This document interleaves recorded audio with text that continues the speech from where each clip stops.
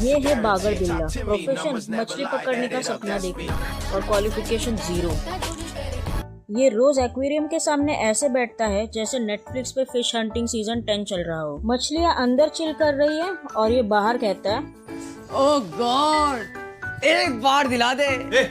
बागर बिल्ले का लाइफ गोल सिंपल है, खाना टाइम पे मिले, कार्टून अनइंटरप्टेड चले और नींद फुल ऑन मिले।